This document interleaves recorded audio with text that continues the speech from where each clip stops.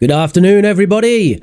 My name is Professor Rich, and today we're talking about job interviews, and we're going to talk about buzzwords, a certain type of buzzwords called soft skills.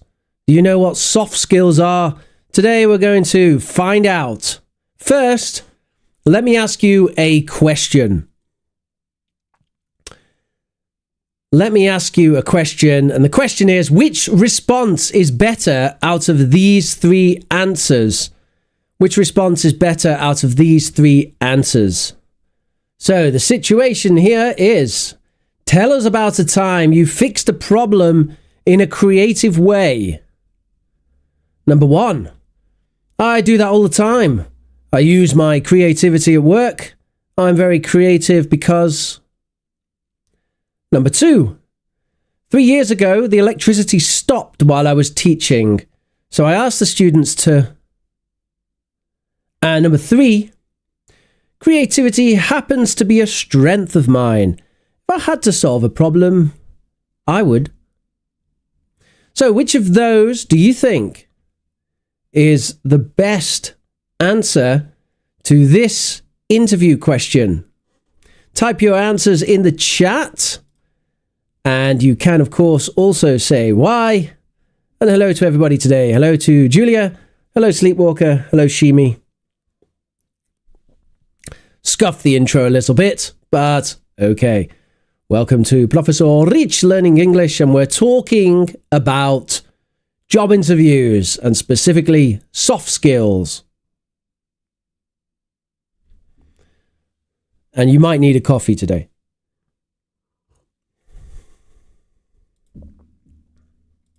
You might need a coffee today.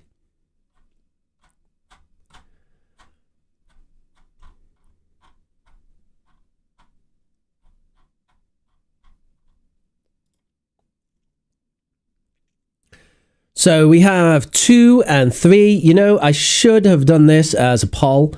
So I'm going to start this as a poll now. Poll in the chat. Which answer is best? 1, 2, or 3?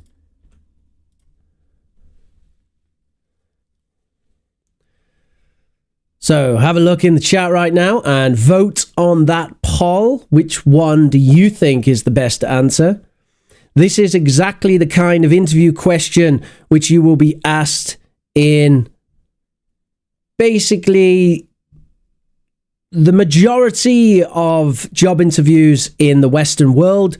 That includes the United States, Australia, certainly the United Kingdom. Competency-based interviews are very popular. Less so in Europe. In Europe, sometimes they use other modes of assessment. Now, don't choose necessarily the answer with the best English, because there's more to it than that. So 10 seconds and let's see the results of the poll. Make sure that you smash that like button. And all the rest of it. All right, let's see the results. So 58% of you say 3, 33% say 2, and 8% say 1. So the answer is, in fact, number 2 is the best answer. And the question is why? Well, because with competency-based interview questions, you should answer with real experience. So you should tell a story from your past. And that is what we're going to look at today. The idea of competency-based interviews is that past performance predicts future performance. So companies really like to use this kind of interview technique. So the topic of the day is soft skills. What are soft skills?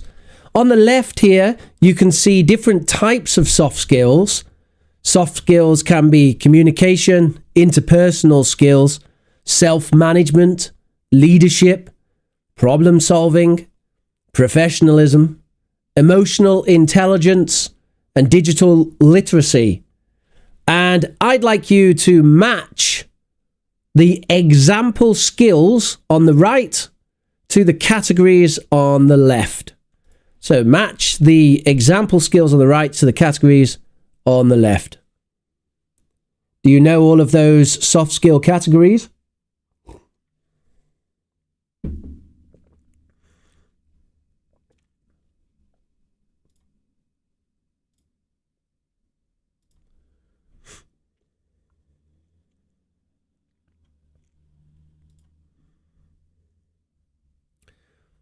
For this, you have about 2 more minutes.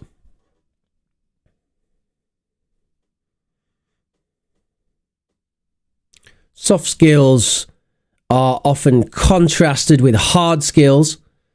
Hard skills are measurable skills, often directly applicable to the job. For example, a hard skill might be programming in Python, or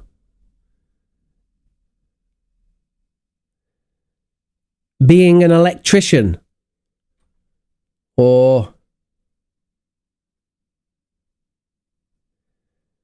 knowing how to operate special medical machinery. So they're hard skills. Then soft skills are skills that are a little bit more difficult to measure, and actually competency-based interview questions are one of the most popular ways of measuring soft skills. Actually, the best way to measure a soft skill is actual performance. But of course, if you're looking to hire someone, you don't know what their actual performance is. So we use these competency-based interview questions to find out what someone's performance might be.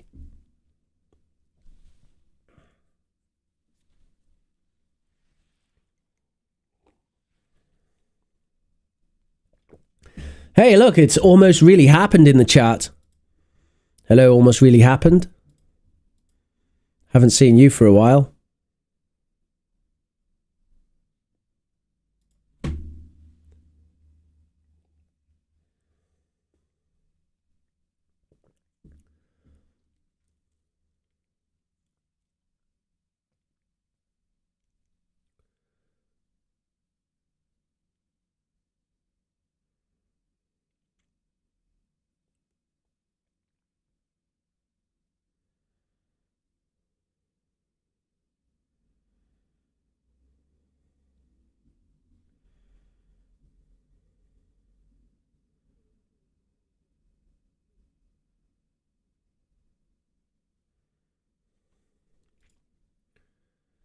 I think you need about another minute for this one. The example to match here is communication. And communication would be number 2, explaining something clearly. So communication matches with number 2. What about interpersonal? Interpersonal is number 7, building relationships. So 30 more seconds. Oh, well done, Julia. That's right.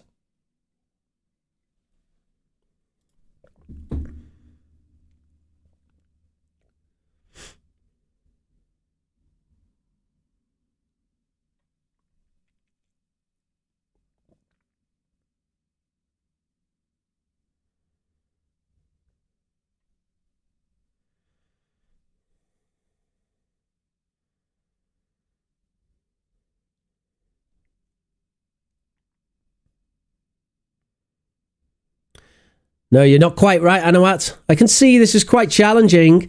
A challenging start to today's stream. Great. We don't always want to get 100%. Sometimes it can be quite useful to try something a bit more difficult. So let's go for some answers then. Communication, as I said, communication, explaining something clearly. Interpersonal is building relationships. Self-management, arriving on time. Leadership is giving feedback. Giving feedback to others is a very important soft skill if you want to be a manager. Problem solving, using creativity. Professionalism, being responsible for your mistakes. Emotional intelligence, managing your stress. And digital literacy, making use of a chat GPT. So there's our answers. Any questions about the answers in the chat, folks? I don't think anyone got that perfect. I know what. And the thing is about soft skills is there is some overlap here. This is not a one-to-one or binary operation. For example, communication is an interpersonal skill. So having communication as a separate category is a little strange to begin with. And also, for leadership, you need to have good communication, right? How can you be a leader if you don't know how to communicate? How can you be a leader if you don't know how to communicate? So, of course, you need to have good communication skills. So, obviously, many of these things fit together. All right, so here's the plan for today. The plan for today hasn't been written. Well done, Rich. Well done, Rich. It's one of those special days, isn't it?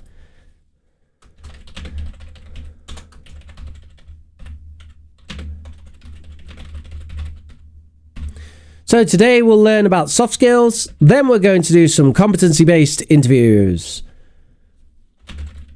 So that's our plan for today. Now then, can you remember what soft skills these are? We just saw them. On your screen, you can see 4 of the soft skills from before. 1, 2, 3, 4. Can you remember what those soft skills are? Can you remember the vocabulary from before? Type your answers in the chat. What do you think?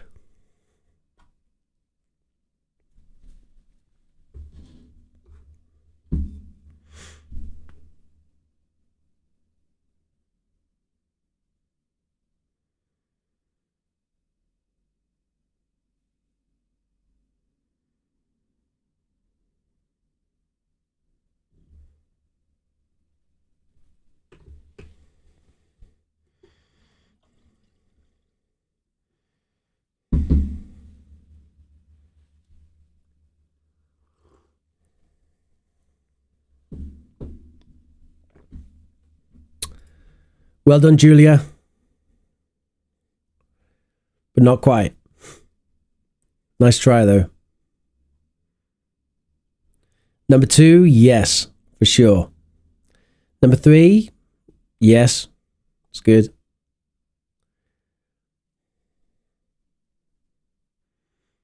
Anawat, so, yeah. No one's got number 1. No one has number 1 yet. Yes, that's it, Dreamer. Well done. So for number 1, I was thinking emotional intelligence. Number 2 is problem solving or creativity. Number 3 is leadership. It is also teamwork. We can see teamwork here at the back and leadership at the front. And number 4 is digital literacy. Great. Let's think a bit more about soft skills. So, put the soft skills into the correct category. You can see at the top 4 categories. The categories are communication, self-management, critical thinking, and professionalism. And I want you to put these soft skills below into the correct category. There's a lot of them, so it would be nice to have letters, wouldn't it? Shall I give you some letters?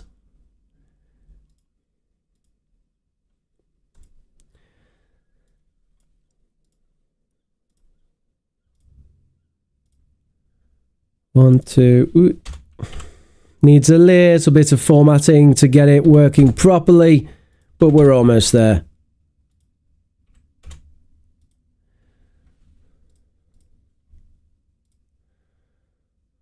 All right, so letters A to P. And I'm going to read the soft skills for you. We have healthy lifestyle, goal setting, patient listening, giving feedback, storytelling, grammar, hazard identification, brainstorming, data analysis, transparency, commitment to work, setting boundaries, respect, consistency, logic, and self-care.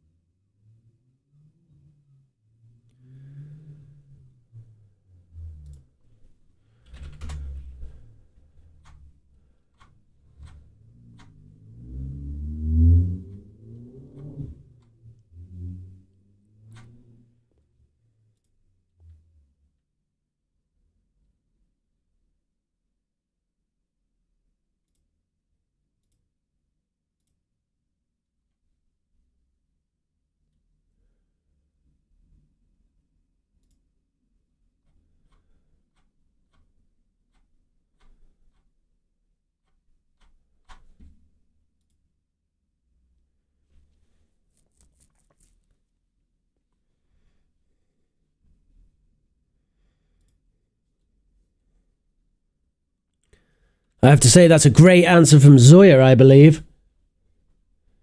Not H, though, Zoya. Brainstorming is not a communication skill.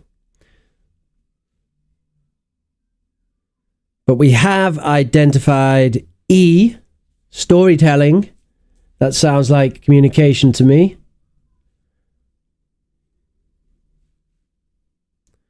That's strange. Sleepwalker also thinks that H is communication. Interesting. Oh, I see what you did. So, yeah, it's more complicated than that. We have to match the individual skills. So it's not like A to D is self-management. It's more complicated.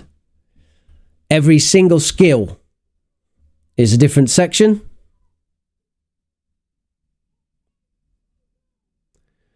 Maybe I should consider streaming with music. What do you think? When we get to question time, I'm going to put music in the background. And then we'll find out if streaming with music is a good idea.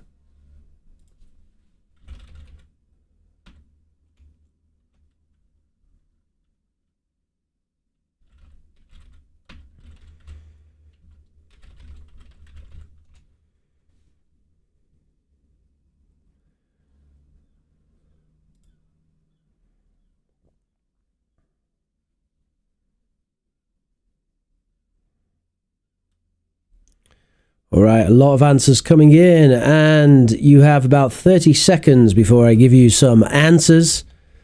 Hello to those joining us today. My name is Professor Rich. If this is the kind of thing you want to see on YouTube, then you hit that like button, dong, and you'll start to see more of us. Even better, subscribe. YouTube loves it when people subscribe. Really loves it. It's like a massive thing for your video. What YouTube does is it shows your video to some people who haven't seen your channel.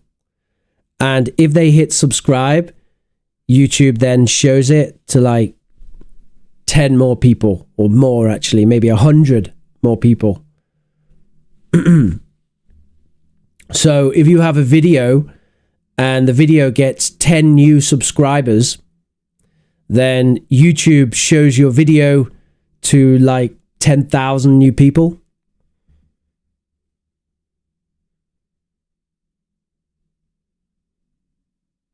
Of course, it's a bit more complicated than that, but that's the basic idea.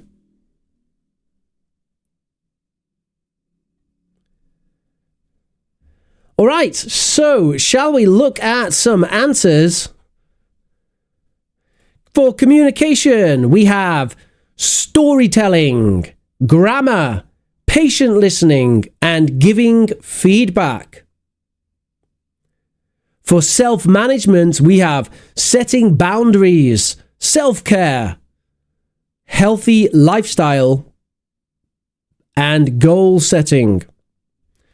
For critical thinking, we have data analysis, hazard identification, brainstorming, and logic. And for professionalism, we have respect, consistency, transparency, and commitment to work.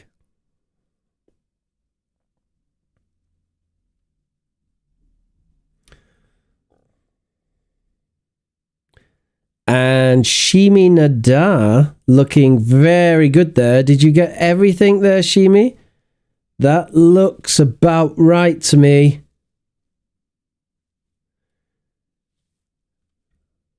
Oh, not quite. Respect. M. All right, so there's the answers for you folks. So here what we have are examples of soft skills and in the categories of different soft skills. So, for example, storytelling is a soft skill. Now, you might think to yourself, why is this important when it comes to job interviews? Why is it important to know about soft skills for job interviews? Well, because in the UK, we use these competency-based interview questions, and they will be a question designed to test one of these skills. So, for example, maybe I want to hire someone who's very good at brainstorming. Maybe brainstorming is an important skill for me for the job, and I want someone who can do that very well. So then I can design a competency-based interview question which targets brainstorming. For example, tell me about a time when you were brainstorming ideas and you did something which... Tell me about a time that you were brainstorming ideas and your contribution was above and beyond expectations. There we go. Tell me about a time you were brainstorming at work and your contribution was above and beyond expectations.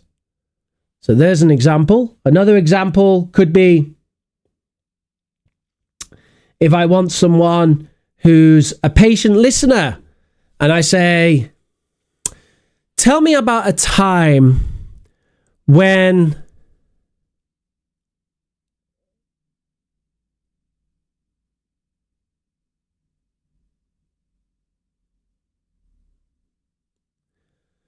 Tell me about a time when you had to reprioritize your work in order to listen to a colleague.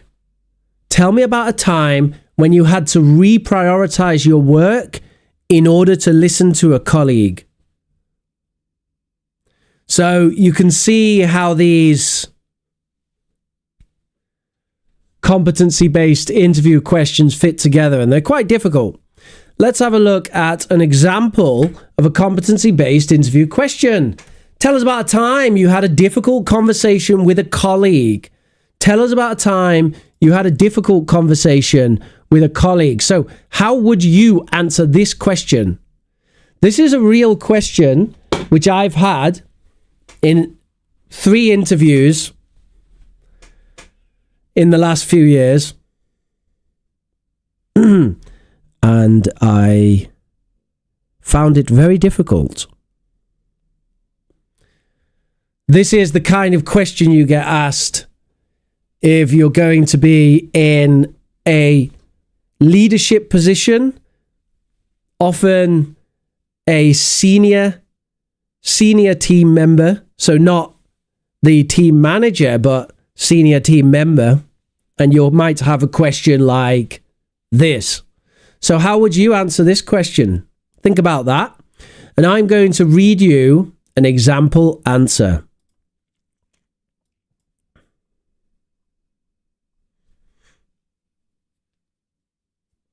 Yes, Domenico, I have. I didn't spend much time in Cancun. I spent most of my time in Playa del Carmen.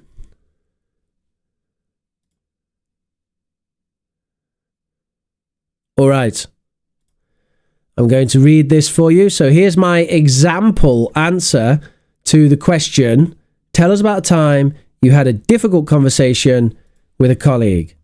Are you ready? Just listen. Last year, I noticed that a colleague was not contributing equally to our team project. Our performance began to suffer. As project lead, it was my responsibility to ensure cohesion in the team and that we met our deadlines. I scheduled a private meeting with the team member. I acknowledged his past contributions and told him that I knew he was capable of being a star team member. Then I told him that his contributions had been lower recently.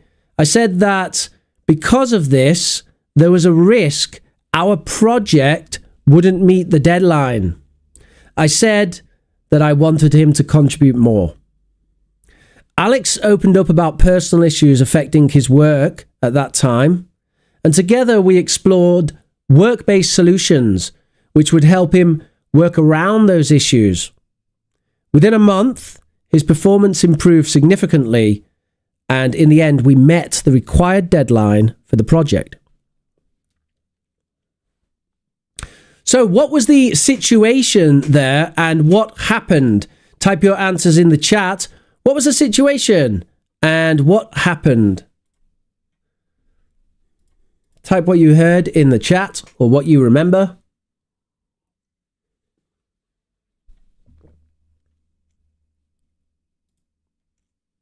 When we are answering these competency-based interview questions, it can be very useful to use a template format, that is a framework which helps you to answer the questions.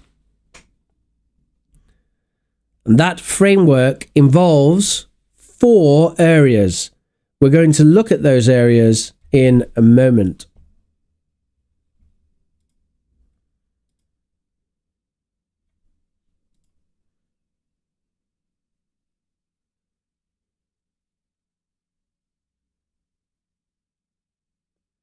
All right, then, we're going to look at those areas now. So here's the script, and you can see that I've separated the script into 4 areas, 1, 2, 3, 4, and I want you to match those areas to the titles below. Action, result, situation, and target.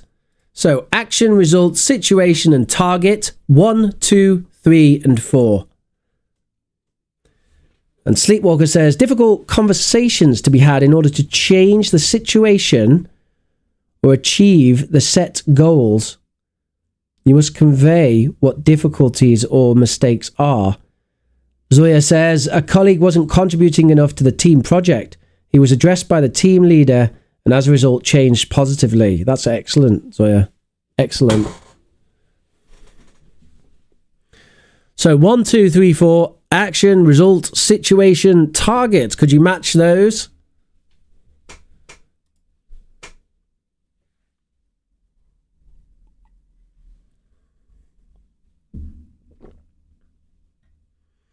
And some of you might actually know this framework. Framework is a bit of a fancy word for it. It's not really a framework. It's more... Is it a framework? What would you call it? A model? An outline? A guide?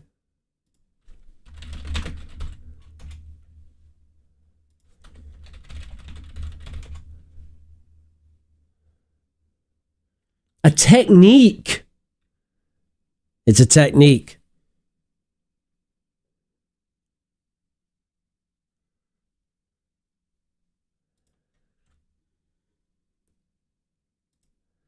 Technique.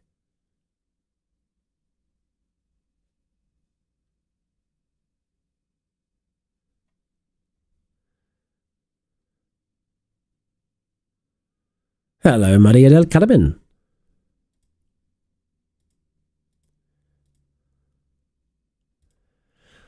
All right then, so the answer, of course, is situation, target, action, result, and that is the framework. It's STAR.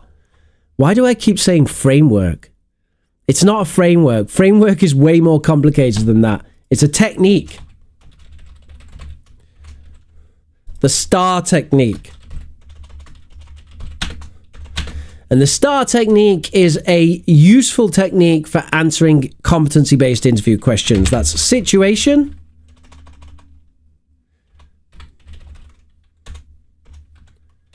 target, sometimes called task. It basically means your objective.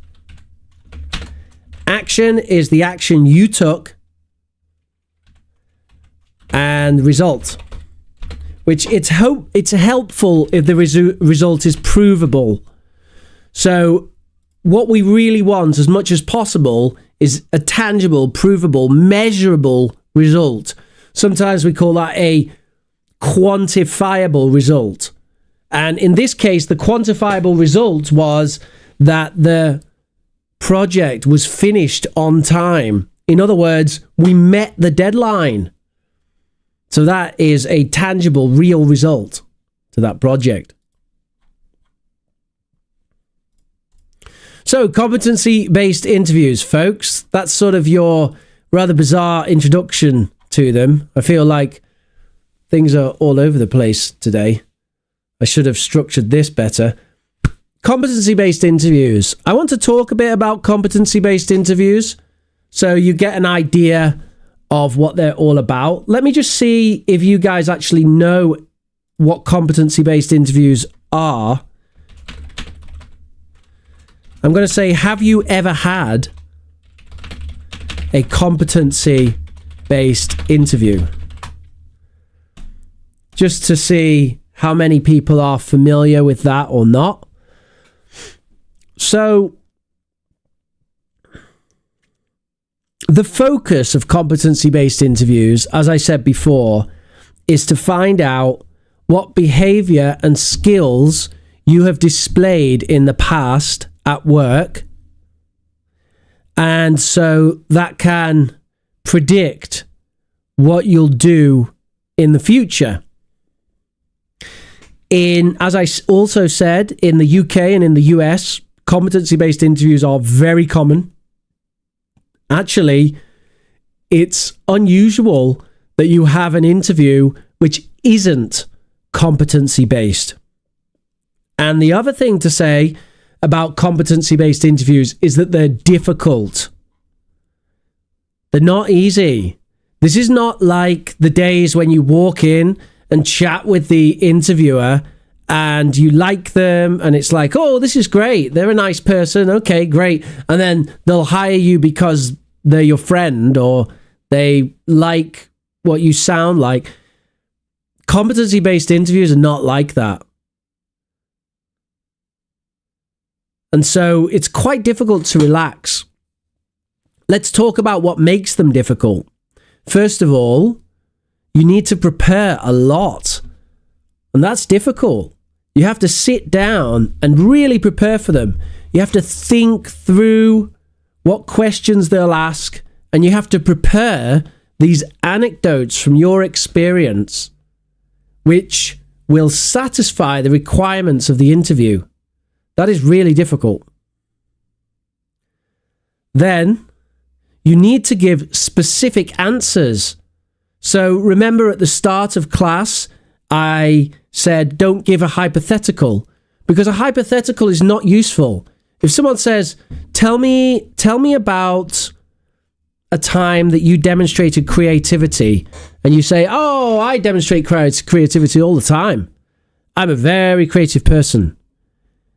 Like, if I was working for your company, then I would do this, this, and this. This kind of stuff is no good. It doesn't mean anything to say that sort of stuff. They want to know what you've done in the past that you can show, which demonstrates that you will be creative in the future. So the answers need to be specific and based on the past. And that's difficult, because if you haven't done something like that in the past. If you don't have that experience, then what can you do? And then the third reason why they're difficult is they're really important. If you have a competency-based interview, it is the most important thing in getting the job. So it doesn't matter. Your qualifications will get you to the interview, but that's all. You can be much more qualified than someone else. You can have more experience, but if you don't answer the competency-based interview questions as well as another candidate, you won't get the job. It's that simple. So they're really difficult. They're difficult because of those three things. I find them very stressful. But preparation here is the key. And also knowing about this STAR technique is also key. So that's our little introduction to competency-based interview questions. Maybe I'll do more about that in the future.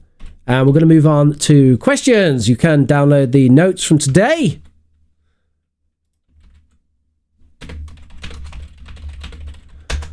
I feel like it was all over the place today. Oh, I was going to play some music.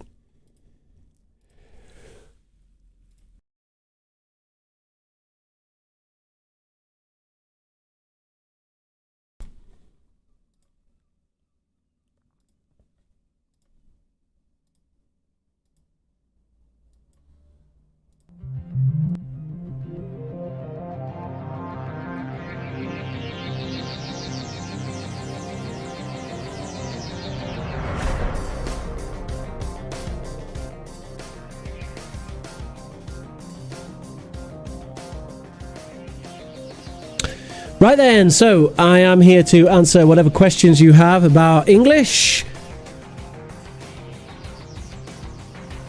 Alexander Leonov says, today you look like Mr. Lenin.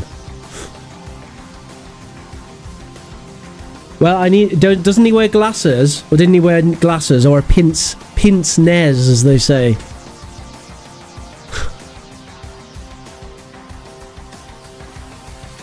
I'm not much of a communist, I have to admit.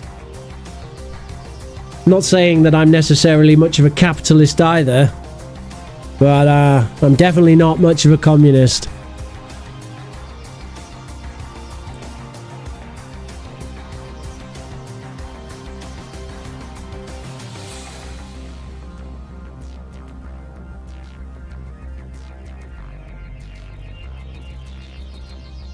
Describe a time when you had to deal with a very upset customer. Oh, yeah.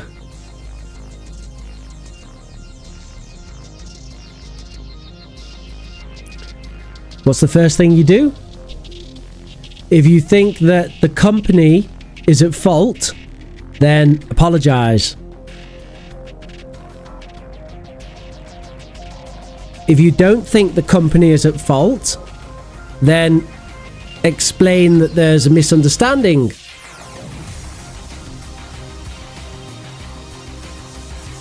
Pachu says hello and how to prepare for an interview. Did you watch the class, Pachu? So the first step to preparing for an interview is to research the role and the company, and then you should brainstorm the best answers that you have for the questions you think they'll ask. So if you think that they will ask, tell me about a time that you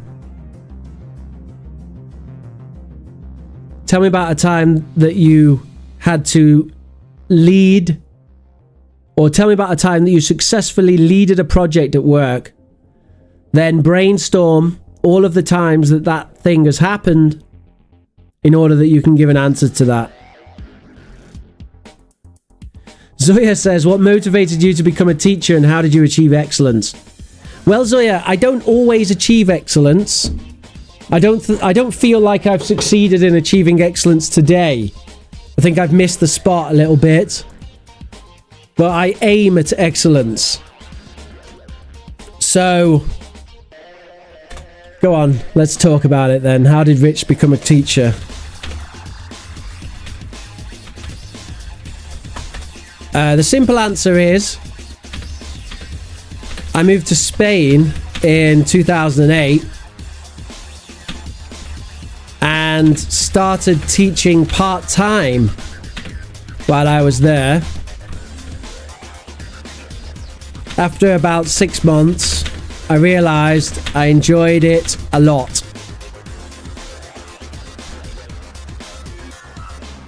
So that's how I became a teacher.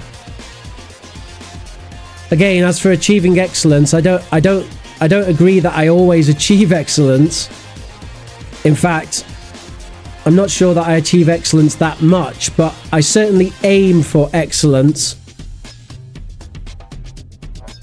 And I think that everyone should aim for excellence.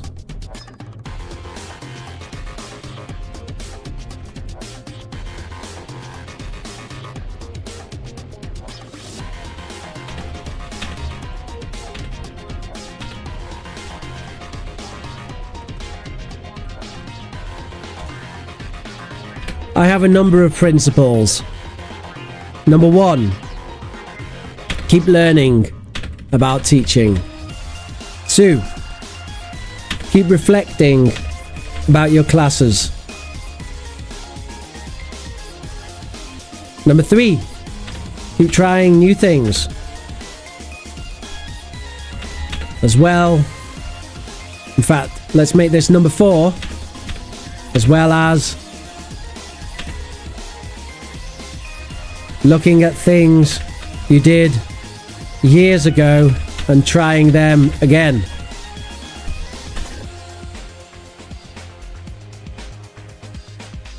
Number 5,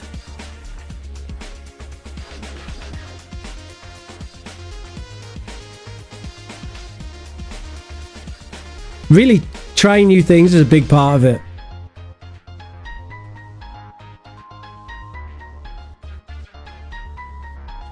Observe other teachers.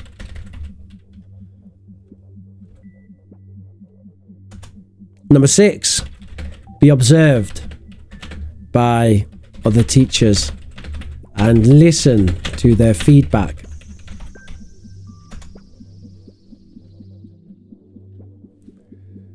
Number 7, stay up to date with research in your area.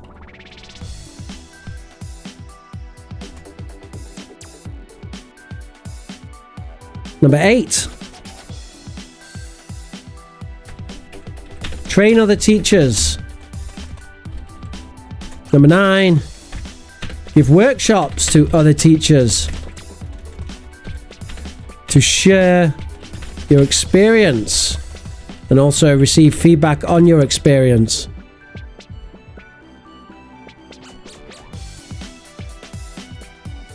Number 10, keep working on yourself as a person.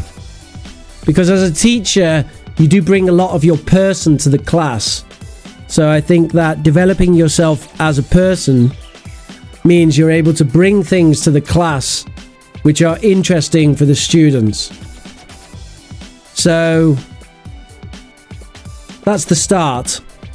That's just off the top of my head. How do you become a great teacher? Do that.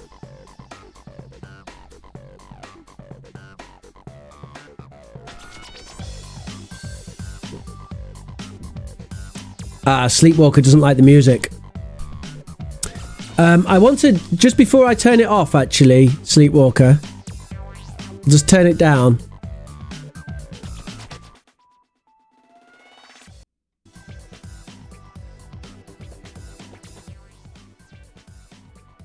Because I want to have a little vote, because it was kind of a test actually. Sort of wanted to test whether people liked the idea.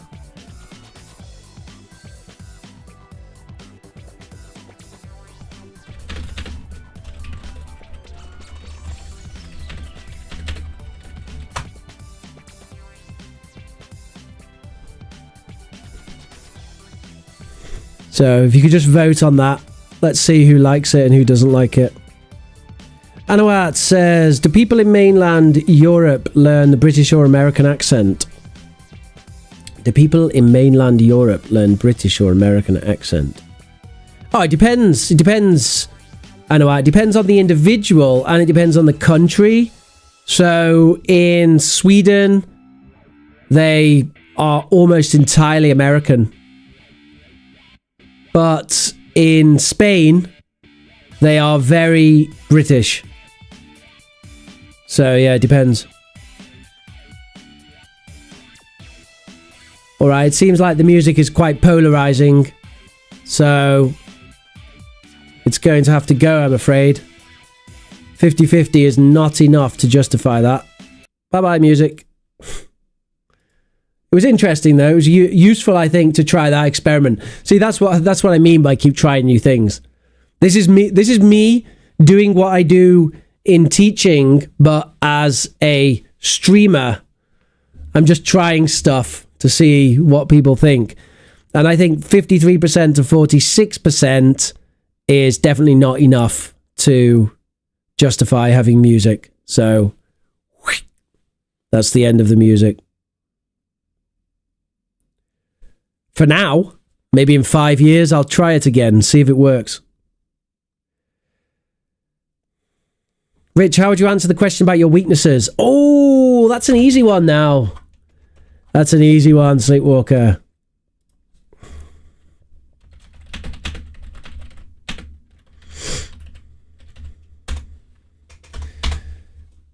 Do you know what you do with this?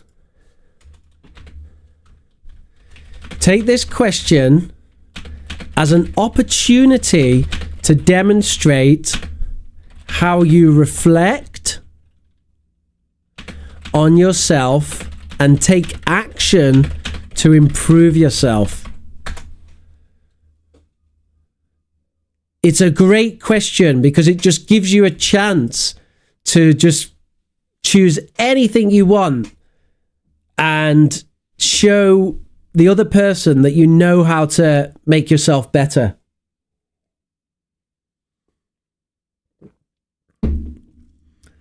So, let me have a think right now.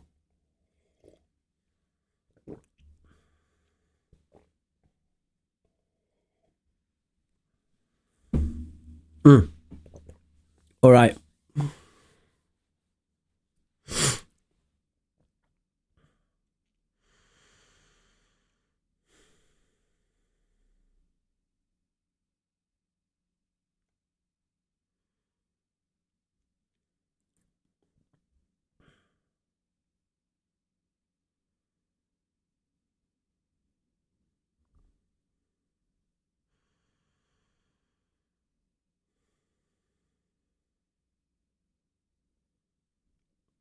Okay. So, one area that I noticed that I was quite weak at was communicating difficult topics to colleagues or management. And I realized this actually from having to answer the question, tell me about a time you've had a difficult conversation with a colleague, and realizing that my initial answer to that question was actually quite poor and demonstrated that perhaps I wasn't very good at having difficult conversations with colleagues. So,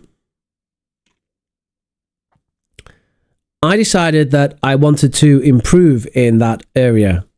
I wanted to be at a point where I could say I have successfully had a difficult conversation with a colleague or raised a difficult point with management. And so I started by researching a number of books on the subject of having difficult conversations. I was able to reduce that list to 3 books in particular, and they were Crucial Conversations and 2 other books that I can't remember right now. I would need to prepare the answer better. But the book that I really remember is Crucial Conversations, Talking When the Stakes are High, because that book is fantastic for diving into what it means to have a difficult conversation and also why difficult conversations are so difficult. It's because often with a difficult conversation, people stop talking about the facts and people get distracted from their goal and they end up with a new goal, such as winning the argument. And rather than thinking about facts, they think about the stories or assumptions that they've told themselves, and they start to attack or go silent. And reading that book really helped me to understand the process of how that happens with me and with other people. And it helped me to understand critical points of how you express yourself in those difficult situations in such a way that you keep things safe for the other person. And so it enables the other person to stay with the facts, not tell themselves stories, and not start to feel like they want to attack. It takes people to somewhere where they feel safe to put the shared information in their conversation. And unfortunately, my answer needs to end there because that's actually where I am now. As in, I've read the book twice and I'm preparing myself to apply that in my life. But hopefully, I will have a good answer for that as things go forward.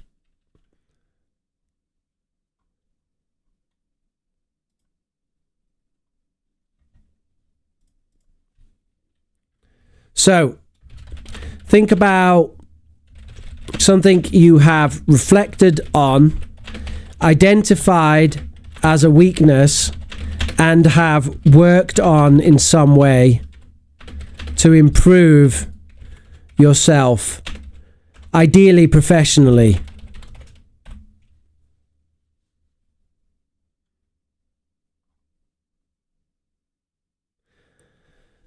Well, Pallavi, that's kind of true. But that's why I'm saying that competency-based interview questions are the most popular kind of interview in the West, as in the UK and the US.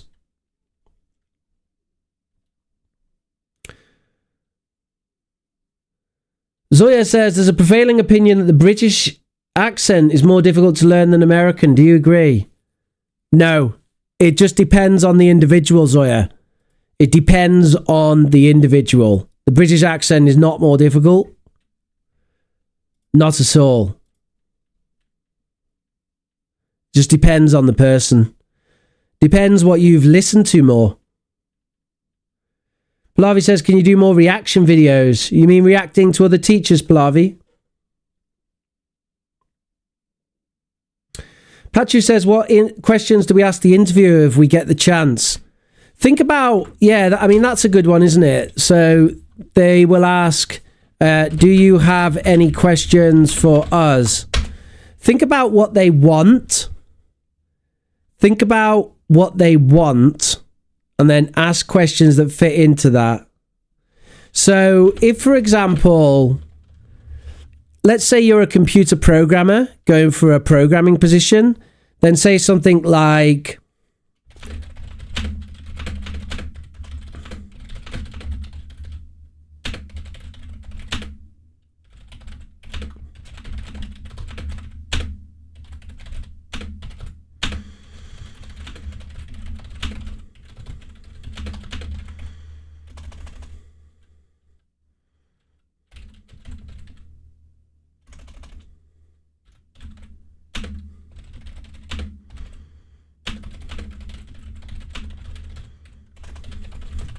something like that. I like to stay up to date with the latest programming tricks. Do you offer any funding for attending programming conferences or internal training on new programming conventions? So showing that you're really interested in improving yourself as a programmer.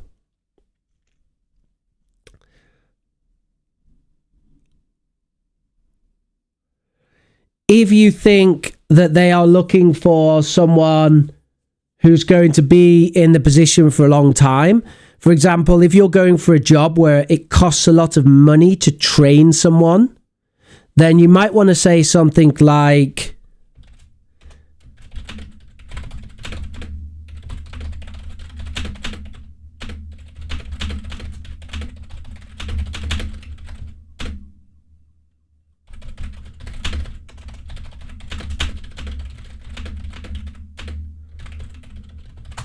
job security is very important to me right now, and I'm looking for a stable, long-term position.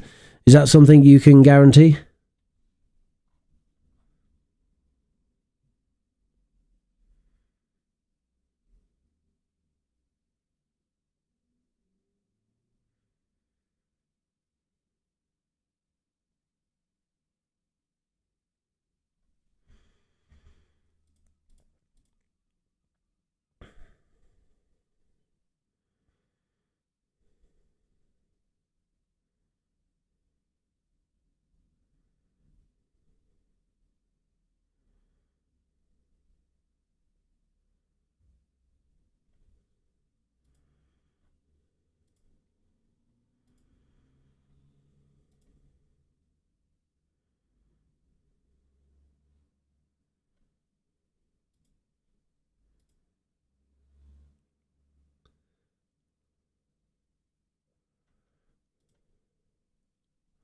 I think that's good advice, actually, Anawat.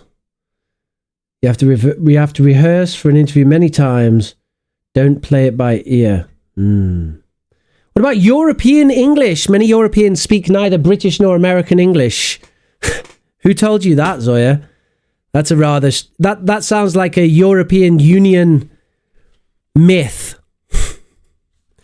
So, at the end of the day, languages need standards. Without standards, languages become dialects. Is basically the realistic perspective. Although that said, standards must adapt to language use. So it's not that language use should adapt to standards, but standards adapt to language use. So, is there such a thing as a European standard? Do Spanish speakers of English speak the same English as Germans? What do you think? I want a Coke. A Coke. I want a Coke. Versus I want a Coke, please. Where is the bar? Where is the bar so I can get a Coke?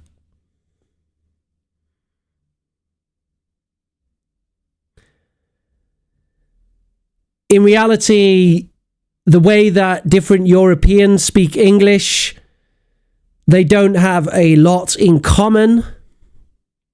And so what is the standard? The standard, of course, is British, American. That's basically it, let's be honest. We can talk about South African English and Australian English, but honestly, why is anyone learning those? Let's be honest. There's the two big standards, US, UK. And I'm actually quite weak on this position. I don't have a strong position when it comes to standardization. I believe in the fluidity of language. I believe that languages change and that they're free, but I also accept that standards are necessary for languages, because without standards, there's no language. Well, there is, but there's no lingua franca. There's no common language.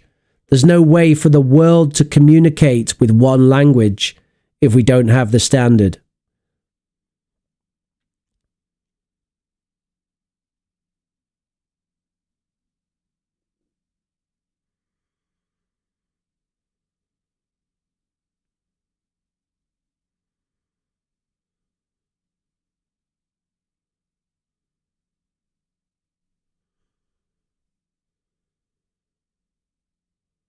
I'm trying my best, Zoya. Yeah, at least you asked about something I can actually talk about. These job interview things I'm finding quite difficult, actually. I guess you can tell that I'm not a career coach. I'm a language teacher. But at least I can talk about languages. There is something you might be interested about, Zoya. Maybe this is what you were thinking of. There is some discussion of something called International English Standard or Standard International English.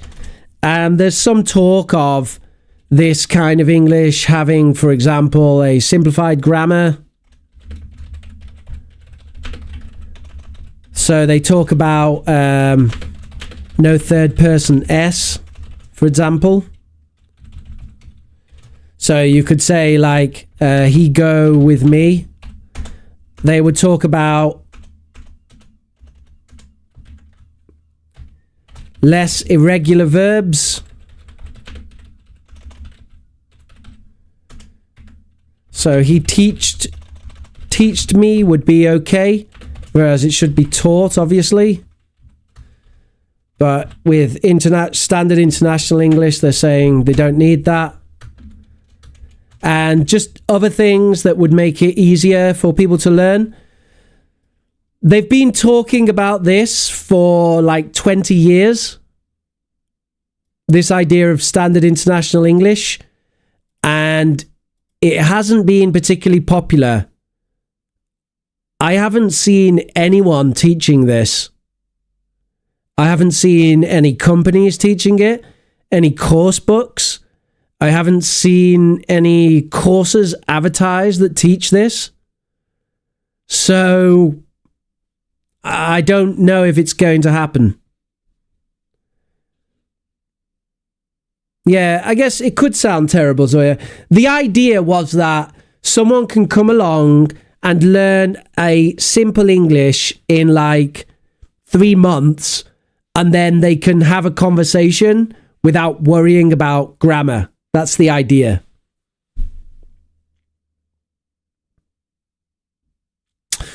Right, okay. I think that's... What's this? Sir, what do you do the whole day except teaching? Sure, this is the last question, then I'm going.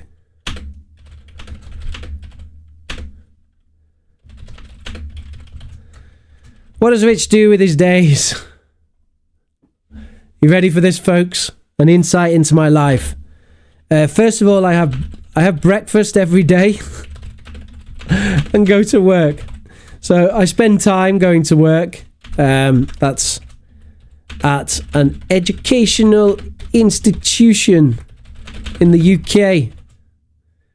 I teach asylum seekers and refugees. Why am I doing it like this? It doesn't make any sense. Have breakfast? What a silly thing to put. Why would I even do that? Okay, what's wrong with me today? Okay, let's just start again, please. Okay, I work out. Sometimes. Twice per week. I read. I play video games. Probably about 4 to 6 hours a week. Video games. Used to be a lot more. Now it's not so much. I cook for my wife and I. Most meals. I go to church on Sundays. I attend other activities with my church. So I do social activities with the church.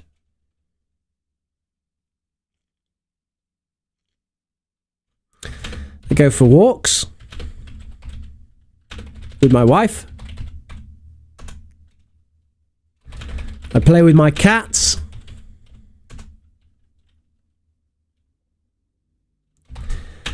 I I co-host a weekly podcast called ELT Under the Covers. That's an education podcast for teachers.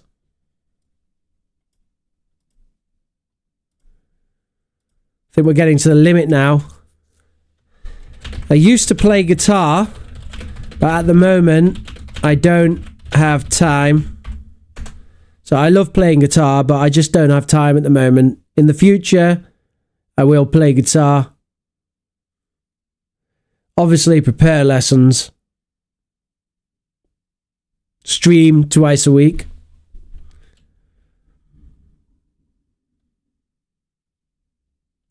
I feel like I'm missing something big, and I don't know what it is.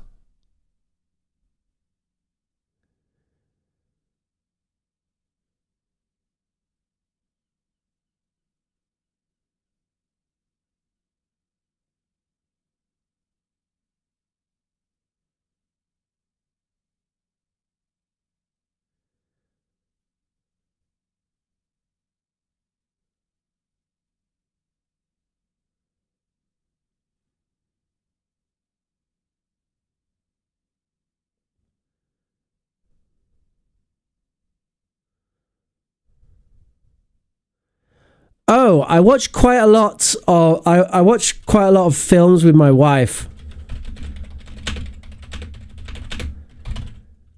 Sometimes at the cinema. Oh, and I listen to lots of podcasts. Yeah, that should be on there. I listen to Joe Rogan. I listen to Friday Night Tights. I listen to EFAP. So yeah, I listen to lots of podcasts. I really like listening to podcasts. Rich, you ever played on stage? Yes, Sleepwalker. I used to have a band. I used to be in a band. Shall I see if I've got a picture? I don't think I have actually, but I'll have a quick look. I doubt that I have a picture right here. There'll be pictures somewhere, but don't think there's a picture here.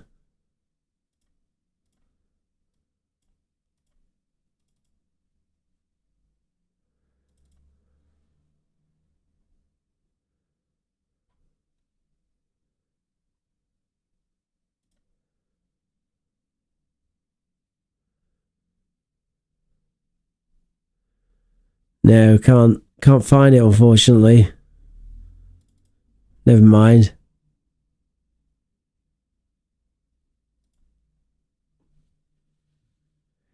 Why are you telling this to us, teacher? That's your personal information. It's not that personal. What's so personal about it? It's just what I do. Just my hobbies. Pallavi, I ask my students to reveal this kind of stuff every class, pretty much. We talk about personal things. I don't think there's anything that personal there. It's just my hobbies and interests. It's not like I'm telling you my location or where exactly I work or anything like that. Going to the beauty salon? Excuse me? That's not my thing. I live in the UK, Zoya. I have mentioned that many times.